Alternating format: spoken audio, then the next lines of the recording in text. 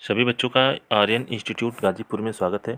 बच्चों, आज हम लोग सत्र 2023-24 का यह मॉडल पेपर हम लोग देखेंगे और इसके कुछ महत्वपूर्ण बिंदु हैं। समय देखिए बच्चों, आप लोगों को 3 घंटे 15 मिनट और पूर्णांक 70 नंबर का है, ठीक है। और इसके कुछ सामान्य निर्देश दिए गए हैं। सभी प्रश्न करना अनिवार्य है और इस प्रश्न के 2 खंड हैं, अ और ब।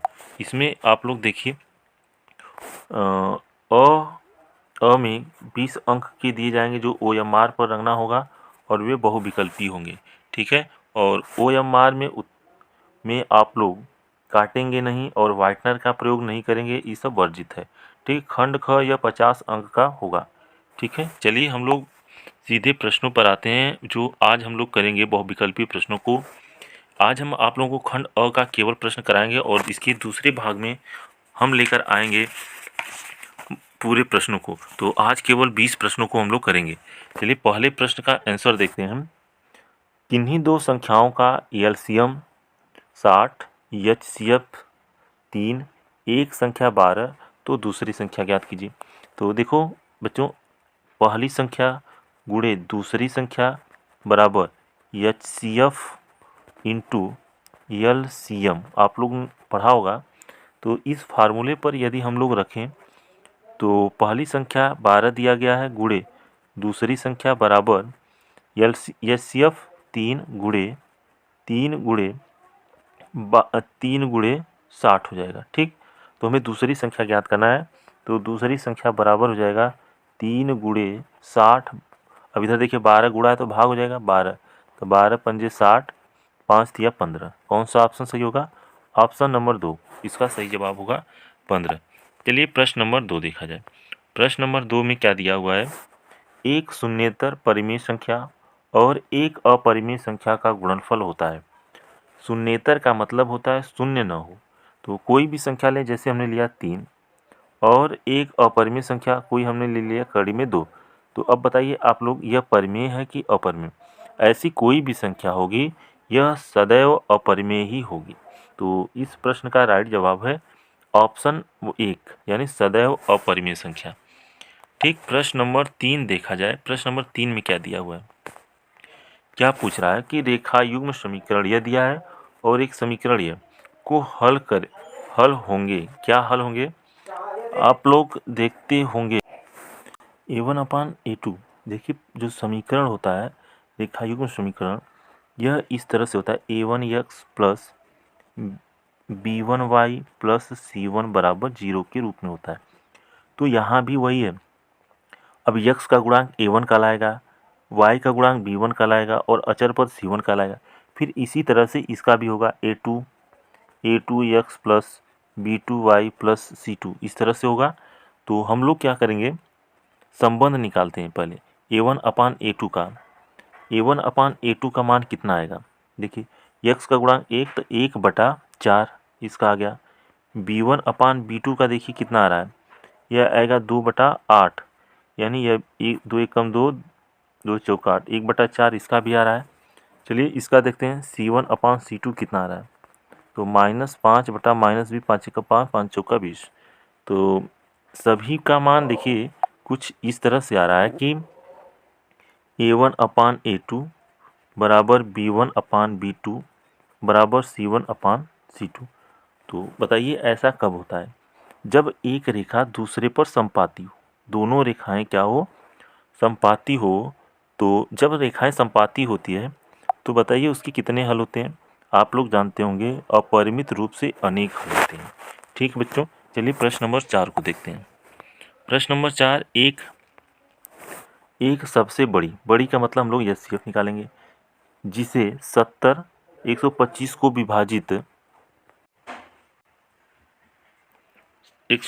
विभाजित करने पर क्रमशः शेषफल 5 और 8 प्राप्त होता है। तो शेषफल 5 और 8 प्राप्त होगा। तो आप बताइए 70 में से 5 जाएगा तो कितना आएगा, 65, और 125 में से हम लोग अगर 8 निकालेंगे तो 117 मिलेगा, 117। और आप लोग 65 का जब आप एचसीएफ निकालेंगे, आप सभी लोग जानते होंगे एचसीएफ निकालना। तो यदि आप लोग एचसीएफ निकालेंगे तो इसका आंसर आएगा 13, ठीक है ना। पहले 70 में से 5 घटाइए, 65 आएगा। फिर 125 में से 8 घटाएंगे तो 17। इनका एचसीएफ निकाल लेंगे तो ये आ जाएगा 13। चलिए प्रश्न नंबर 5। प्रश्न नंबर 5 क्या पूछ रहा है, यह कहा जा रहा है कि 3 के प्रथम 5 गुणजों का योगफल ज्ञात कीजिए। तो 3 के प्रथम 5 गुणज कौन होंगे? 3, 3 दूना 6, 3 त्रिका 9, 3 चौके 12, 3 पचे 15। आप यदि सभी को जोड़ेंगे, डायरेक्ट जोड़ सकते हैं या इसे समांतर श्रेणी के रूप में भी जोड़ सकते हैं, जैसा आप करें आंसर आएगा 45। ठीक है, ऑप्शन ए। आगे प्रश्न को देखा जाए। प्रश्न नंबर 6। प्रश्न नंबर 6 का क्या आंसर है? चलिए देखते हैं हम लोग। द्विघात समीकरण के बारे में निम्नलिखित कथनों पर विचार कीजिए। दिए गए समीकरण को विविक्तर 0 से कम है। तो चलिए सबसे पहले हम लोग विविक्त कर डी निकाल लेते हैं। डी बराबर क्या होता है? बी स्क्वायर माइनस 4ac, आप लोग जानते हैं। तो डी का मान, बी क्या है यहाँ? -4, तो -4 का स्क्वायर क्या होगा? 16 माइनस 4, और ए का मान है 2 और सी का मान है 3। तो देखिए कितना आंसर आ रहा है, 6। तो यह आएगा 10 प्लस 10 आ रहा है डी का मान। तो ऑप्शन गलत। समीकरण के मूल वास्तविक नहीं है, यह भी गलत। समीकरण के व्युत्कर शून्य है, यह भी गलत। समीकरण के मूल वास्तविक यानी प्लस में आया प्लस 10, इसलिए ऑप्शन डी का सही है। लेकिन यहाँ पर इसके कुछ और ऑप्शन दिए, यहाँ पर दिया हुआ है, तो बताइए कौन सा सही होगा। आप जैसा देखेंगे केवल डी है, ऐसा कोई ऑप्शन ही नहीं है। तो आप इसको मान लीजिए, यहाँ पर डी बना लेंगे तो यह सही हो जाएगा। ठीक है, और तो सब में 2-2 दिया है। ठीक, चलिए आगे प्रश्न नंबर 7 को देखते हैं। प्रश्न नंबर 7, इसका राइट जवाब क्या होगा? एक आयत है, इस तरह से एक आयत दिया हुआ है ए बी सी डी। ठीक, ए के निर्देशांक, ए का एक आयत है जिसके 3 शीर्ष, ए बी सी जो भी दिया है, यह यहाँ तो ओ दिया है, ओ ही मान लेंगे। ओ, चलिए ए ओ, इसे मान लेते हैं बी और इसे मान लेते हैं सी। ठीक, तो इसका क्या होगा? यह दिया है और यहाँ ओ का हो जाएगा, ओ के स्थान पर, और यह बी के स्थान पर, या इसको डी मानेंगे ना, इसको माने हम लोग बी या सी। तो इसके विकर्ण की लंबाई यहाँ से जब मिलाएंगे तो ए वाला और यह बी वाला, इनके विकर्ण, इसका विकर्ण होगा। तो आप लोग फार्मूला जानते हैं विकर्ण के लिए, करड़ी में x2 माइनस 2 बिंदुओं के बीच की दूरी का फार्मूला लगेगा यहाँ पर, x1 का whole square plus y2 minus y1 का होल स्क्वायर। यदि यह फार्मूला लगाएंगे हम लोग, x1 क्या होगा? देखिए x1 0 होगा, y1 3 होगा, x2 5 होगा, y2 0 होगा। यह फार्मूला 2 बिंदुओं के बीच की दूरी का फार्मूला लगाएंगे तो इसका आंसर जो है यह आएगा करड़ी में 34। ठीक, चलिए आगे देखते हैं। इसका सही जवाब होगा, देख लीजिए एक बार फिर से, करड़ी में 34। ठीक, प्रश्न नंबर 8। प्रश्न नंबर 8 में यदि समीकरण यह दिया है के मूल 1/2 है तो के का मान ज्ञात कीजिए। तो यदि कोई समीकरण का मूल दिया है तो यह मूल इस समीकरण को संतुष्ट करेगा। तो आप लोग x के स्थान पर 1/2 रखेंगे, तो 1/2 रखने पर इसका जो के का मान आएगा वह आएगा 2।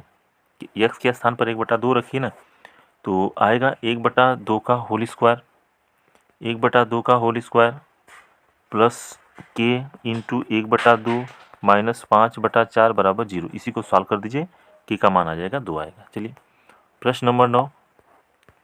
प्रश्न नंबर 9 में सही जवाब इसका होगा, 2 त्रिभुज समरूप होते हैं।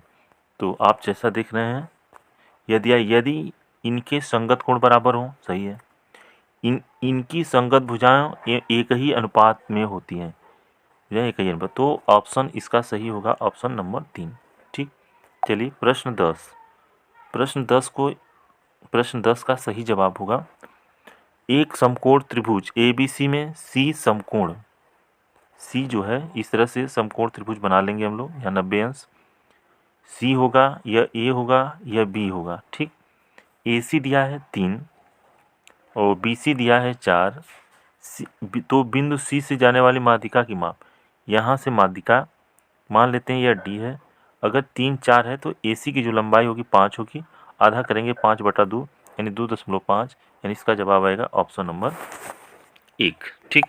प्रश्न 11 का सही जवाब है ऑप्शन नंबर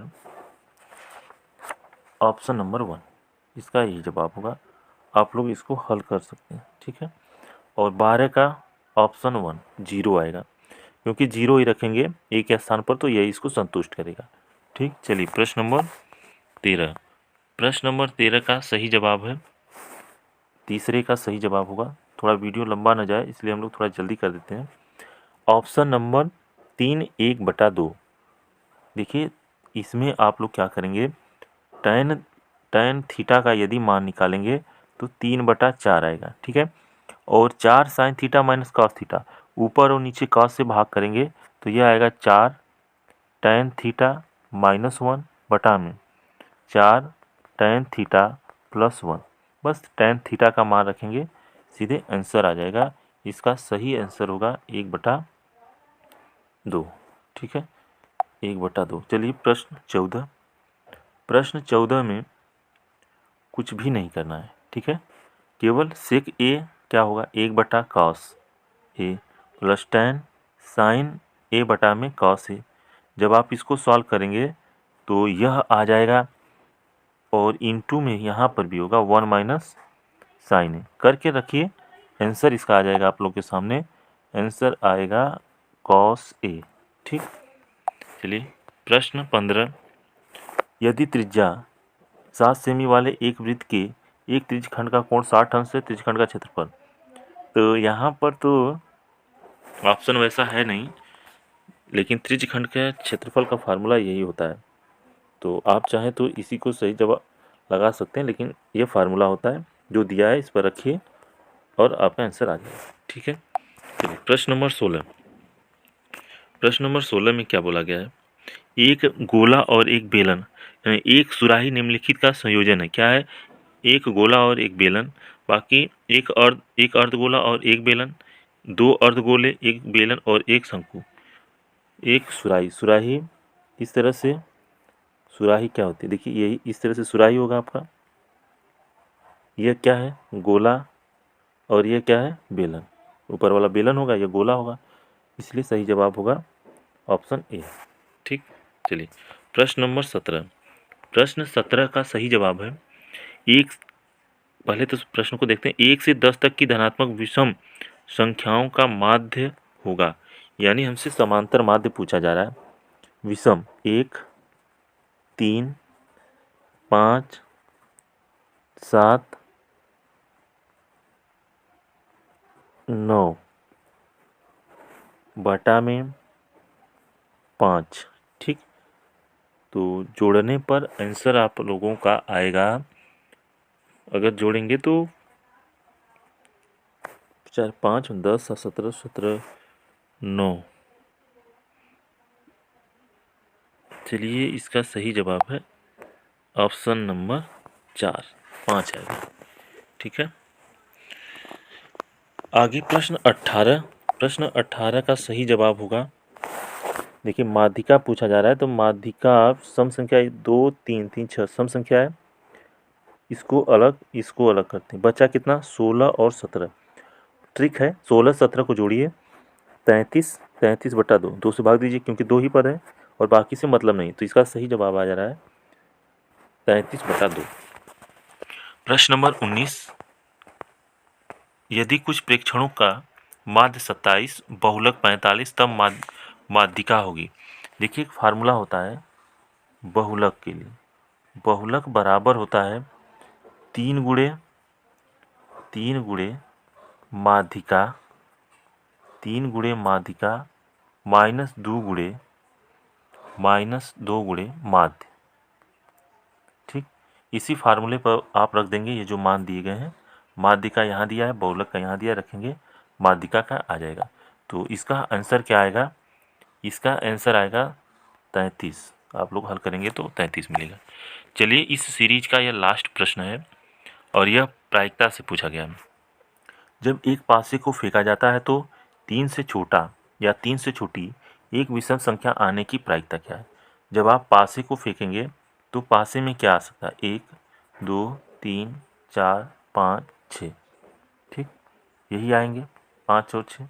अब आप देखिए कह रहा है कि प्रायिकता 3 से छोटी क्या होगा, 2 और 1, और साथ ही कह रहा है कि विषम, विषम में क्या होगा, 1, यानी प्रायिकता बराबर क्या होगा, अनुकूल कितने परिणाम, प्रयोगों की संख्या क्या चली, 1, और कुल प्रयोग पासे में कुल कितने होते हैं, 6, तो 1/6 राइट जवाब इस प्रश्न का 1/6 यह सही जवाब होगा।